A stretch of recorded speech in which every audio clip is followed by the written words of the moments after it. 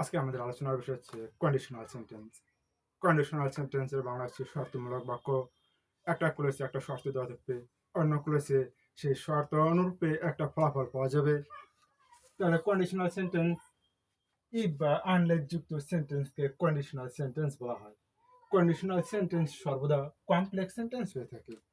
তাহলে যে সকল সেন্টেন্সে একটা ইফ ক্লোজ থাকে অথবা আনলেস ক্লোজ থাকে তাদের কন্ডিশনাল সেন্টেন্স বলা হয়। কন্ডিশনাল সেন্টেন্স সবসময় কমপ্লেক্স সেন্টেন্স হয়ে থাকে। এখন আমরা জানি কমপ্লেক্স সেন্টেন্সে সবসময় দুইটা সাবজেক্ট থাকে এবং দুইটা ফাইনিট ভার্ব থাকে। কমপ্লেক্স জেনারেল স্ট্রাকচারে কি আছে? General structure if plus subject plus verb plus extension. তাহলে এই যে এখানে এটা হচ্ছে আমাদের ইফ ক্লোজ, এটা হচ্ছে ইফ ক্লোজ।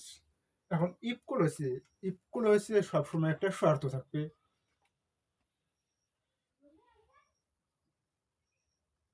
শর্ত থাকে ইফ ক্লোজে একটা শর্ত দেওয়া থাকবে। আর এই যে সাবজেক্ট ভার্ব প্লাস এক্সটেনশন এটা হচ্ছে মেইন ক্লোজ। মেইন ক্লোজে ইফ ক্লোজে দেওয়া প্রদত্ত শর্ত অনুরূপে একটা ফলাফল পাওয়া যাবে।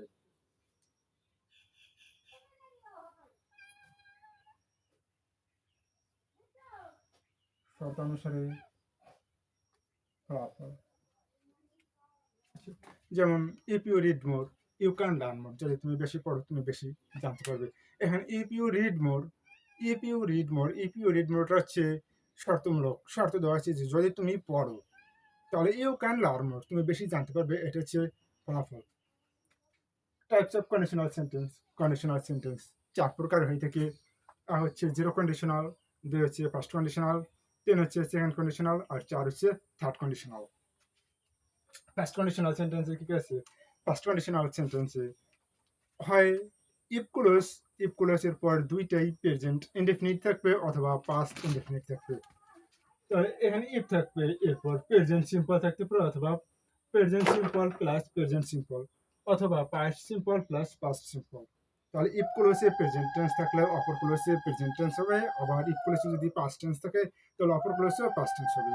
এখন জিরো কন্ডিশনালে সবসময় দুইটা বাক্য একটা সত্য বিবৃতি দ্বারা যুক্ত থাকে। ঠিক আছে, এক্ষেত্রে দুটি ক্লোজই ট্রু স্টেটমেন্ট বা সত্য বিবৃতি হয়ে থাকে। একটা সত্য বিবৃতি থাকবে, সেটা হতে পারে বৈজ্ঞানিক সত্য, হতে পারে if water freezes it transform into ice। এখানে বলা হয়েছে if water freezes, যদি পানি শীতল করা হয় তাহলে it transform into ice, বরফে পরিণত হয়। এটা বৈজ্ঞানিক সত্য যে পানি যদি শীতল করা হয় তাহলে অবশ্যই সেটা বরফে পরিণত হবে। if it is summer it feels hot, গ্রীষ্মকালে গরম লাগে, এটা কিন্তু সত্যতা প্রমাণিত আছে। এখন এখানে ইফ ইফ ওয়াটার ফ্রিজেস, এটা কিন্তু আমাদের শর্ত। এখানে শর্ত আছে যে পানিকে যদি শীতল করা হয় তাহলে পানিকে শীতল করা হলে কি হবে? এটা বরফ হবে। তাহলে ইট ট্রান্সফর্ম ইনটু আইস, এটা হচ্ছে আমাদের শর্তানুরূপ ফলাফল। Just same if it is summer, যখন গ্রীষ্মকাল তখন গরম লাগে, এখানেও সত্যতা আছে। তাহলে আমাদের অবশ্যই খেয়াল করতে হবে যে দুইটা ক্লোজের যদি সত্যতা থাকে তাহলে আমরা জিরো কন্ডিশনাল নেব। এরপর কি আছে? First conditional. ফার্স্ট কন্ডিশনালে ইফ প্লাস প্রেজেন্ট ইনডেফিনিট থেকে মেন ক্লোজে ফিউচার ইনডেফিনিট হয়। If plus subject plus verb one plus extension, তাহলে এটা হচ্ছে আমাদের শর্তমূলক অংশ। এখানে একটা শর্ত থাকবে। এখন এখানে সাবজেক্টের পর ভার্বের ওয়ান হচ্ছে ভার্বের প্রেজেন্ট ফর্ম। তাহলে ভার্বের প্রেজেন্ট ফর্ম থাকলে সবসময় আমাদের ডান পাশে সাবজেক্ট প্লাস শাল বা well plus can plus verb one plus extension হবে। এখানে সাবজেক্ট প্লাস শাল বা well can plus verb one plus extension, এটা সাধারণত ফিউচার ইনডেফিনিট টেন্স হয়। তাহলে এখন এখানে আমাদের ইফ ক্লোজটি যদি প্রেজেন্ট ইনডেফিনিট টেন্স হয় তাহলে অপর ক্লোজটি হবে ফিউচার ইনডেফিনিট। এখন এখানে প্রেজেন্ট ইনডেফিনিটের বেলায় এখানে আমাদের ভার্বের সাথে এস বা ইএসও যুক্ত থাকতে পারে। কারণ এখানে যদি থার্ড পারসন সিঙ্গুলার নাম্বার হয়, সাবজেক্টটি থার্ড পারসন সিঙ্গুলার নাম্বার হলে তাহলে প্রেজেন্ট ইনডেফিনিট টেন্সে ভার্বের সাথে এস বা ইএস যোগ হবে।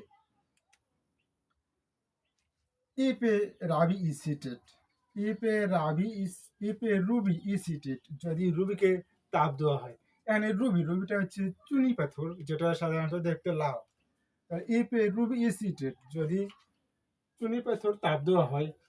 ইট will temporarily lose its colour. তাহলে এটা টেম্পোরারিলি অস্থায়ীভাবে লস হারাবে ইটস কালার, ইহার রং। এখানে বলা হয়েছে, এখানে আমাদের শর্ত হচ্ছে হিট দেওয়া, তাপ দেওয়াটা হচ্ছে শর্ত। যদি আমরা তাপ দেই, রুবিকে যদি তাপ দেওয়া হয়, তাহলে এর ফলাফল হিসেবে আমরা পাবো যে এটা অস্থায়ীভাবে তার কালার হারাবে। 18 বিশেষ সেকেন্ড কন্ডিশনাল। সেকেন্ড কন্ডিশনালে ইফ প্লাস পাস্ট ইনডেফিনিট থেকে অপর পাশে subject plus would could might plus verb one plus object হবে, অথবা হ্যাড দিয়ে শুরু হতে পারে। হ্যাড দিয়ে শুরু হলে হ্যাডের পর সাবজেক্ট হবে, এরপরই অবজেক্ট হবে। হ্যাডের পর আর কোনো ভাব বসবে না। হ্যাডের পর যদি সাবজেক্ট থেকে এবং তার পর যদি অবজেক্ট থেকে, তাহলে ওই হ্যাডটা সাধারণত ভার্বের টু এর কাজ করে। সেকেন্ড কন্ডিশন হলে ইফ প্লাস সাবজেক্ট প্লাস ভার্বে টু প্লাস এক্সটেনশন। তাহলে ইফ প্লাস সাবজেক্ট প্লাস ভার্বে টু প্লাস এক্সটেনশন, অথবা had plus subject plus object plus extension. Had এর পর সাবজেক্ট, এরপর পরই একটা অবজেক্ট আসবে, এরকম থাকলেও সেটা সেকেন্ড কন্ডিশনাল হবে। তাহলে এরকম যদি বাম পাশে যদি ইকুয়ালিটি যদি এরকম থাকে, তাহলে ডান পাশে হবে কি সাবজেক্ট প্লাস উড কুড বা might plus verb one plus extension. এখানে আমরা ফার্স্ট কন্ডিশনাল পেলে সেকেন্ড কন্ডিশনাল পারবো। এখানে ফার্স্ট কন্ডিশনালে ভার্বের অন আছে, এখানে সেকেন্ড কন্ডিশনালে ভার্বের টু আছে। তাহলে এখানে শালা আছে, এটা আছে ভার্বের ওয়ান। তাহলে এই শালের পাস্ট ফর্ম শুড, এখানে উইল আছে, উইলের পাস্ট ফর্ম উড, ক্যানের পাস্ট ফর্ম কুড, এরকম চলবে। তাহলে কি আছে ই প্লাস সাবজেক্ট প্লাস ভার্বে টু প্লাস এক্সটেনশন থাকলে, অথবা had plus subject plus object plus extension থাকলে, আমাদের পরবর্তী ক্লাসটিতে অবশ্যই সাবজেক্ট প্লাস উড বা কুড বা might plus verb one plus extension. এখানে উড বা কুড বা মাইট এগুলো হচ্ছে মডাল অক্সিলারি ভার্ব, এবং মডাল অক্সিলারি ভার্বের পর সবসময় সাধারণত ভার্বের প্রেজেন্ট ফর্ম বসে। আচ্ছা, হয়ে গেছে। If I had a camera, এটা শর্তমূলক অংশ, এটা হচ্ছে আমাদের শর্তমূলক অংশ। ইফ ক্লোজটি সবসময় শর্তমূলক হয়ে থেকে হচ্ছে if I had a camera, যদি আমার একটি ক্যামেরা থাকতো, I would take some photograph. এখন এটা হচ্ছে ফলাফল, I would take some photograph, এটা হচ্ছে ফলাফল। কারণ আমার যদি ক্যামেরা না থাকে, তাহলে তো আর আমি ছবি তুলতে পারবো না। তাহলে এখানে বলা হয়েছে যে if I had a camera, যদি আমার ক্যামেরা থাকতো তাহলে আমি ছবি তুলতে পারতাম। তাহলে যদি থাকতো এটা হচ্ছে শর্তমূলক, আর আমি ছবি তুলতে পারতাম এটা হচ্ছে ফলাফল। এরপরে হচ্ছে had I the wings of a bird, যদি আমার পাখির মতো পাখা থাকতো। এখানে হ্যাড আছে, এরপর এখানে সাবজেক্ট আছে, এরপর দ্য উইংস এটা হচ্ছে অবজেক্ট, আর অফ এ বার্ড এটা হচ্ছে এক্সটেনশন। যদি এরকম থাকে, তাহলে আমরা ডান পাশে বসাবো সাবজেক্ট প্লাস উড বা কুড। আই, আইটা হচ্ছে সাবজেক্ট, কুড, এরপর verb and fly in the sky extension. Third conditional আছে কি? থার্ড কন্ডিশনাল আছে যদি ইফ ক্লোজটি যদি পাস্ট পারফেক্ট টেন্স হয়, তাহলে পরবর্তী ক্লোজটি অর্থাৎ মেন ক্লোজটি শর্তানুর ফলাফল যেটা পাওয়া যাবে সেটা হবে subject plus would have, could have বা মাইট হ্যাভ প্লাস ভার্বের three plus extension. Third condition হলে if plus subject plus had plus ভার্বের থ্রি প্লাস এক্সটেনশন থাকবে, এরকম থাকতে পারে, অথবা হ্যাড প্লাস সাবজেক্ট প্লাস ভার্বের থ্রি প্লাস এক্সটেনশন। এখানে হ্যাড দিয়ে শুরু হয়েছে, এরপর সাবজেক্ট থাকবে। এখানে কিন্তু আমাদের সাবজেক্ট ছিল না, হ্যাডের পর সাবজেক্ট ছিল, হ্যাডের পর সাবজেক্ট ছিল, সাবজেক্টের পর পরেই অবজেক্ট আসছে। এখানে কিন্তু সাবজেক্টের পর একটা ভার্বের থ্রি আসছে। তাহলে হ্যাড দিয়ে শুরু হওয়া কন্ডিশনাল সেন্টেন্সে যদি সাবজেক্টের পর ভার্বের থ্রি না থাকে, তাহলে সেটা সেকেন্ড কন্ডিশনাল। আর যদি সাবজেক্টের পর ভার্বের থ্রি থাকে, তাহলে সেটা থার্ড কন্ডিশনাল। তাহলে থার্ড কন্ডিশনালে পরবর্তী ক্লাসটি কি হবে? সাবজেক্ট প্লাস উড বা উড হ্যাভ বা কুড হ্যাভ বা মাইট হ্যাভ প্লাস ভার্বের থ্রি প্লাস এক্সটেনশন।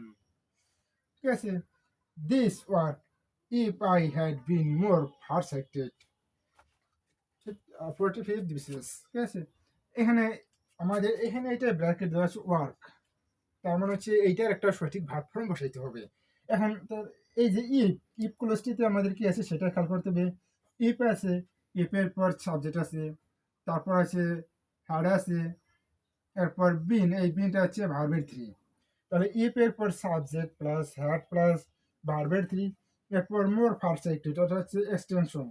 তাহলে এরকম থাকলে কি আছে if plus subject plus had plus ভার্বের থ্রি থাকলে আমাদের থার্ড কন্ডিশনাল হয়, এবং থার্ড কন্ডিশনালে ভার্বের সাথে কি বসবে? উড হ্যাভ বা কুড হ্যাভ। তাহলে এখানে ওয়ার্ক আছে, এখানে ওয়ার্ক আছে, তাহলে ওয়ার্কের এখানে সঠিক উত্তর হবে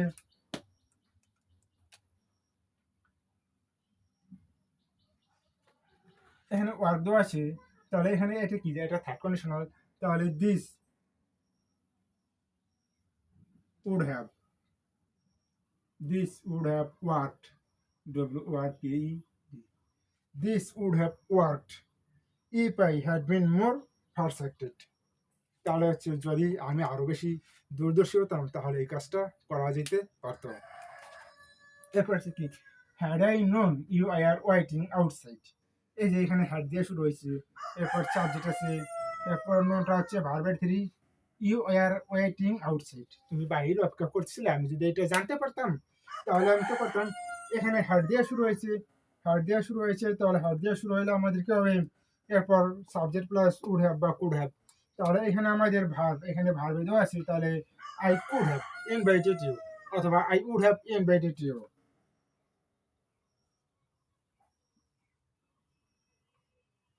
I could have invited. I could have invited you to come in. তাহলে আমি তোমাকে ভিতরে আসতে অনুমতি দিতে পারতাম, অথবা I would have invited you দিলেও হবে।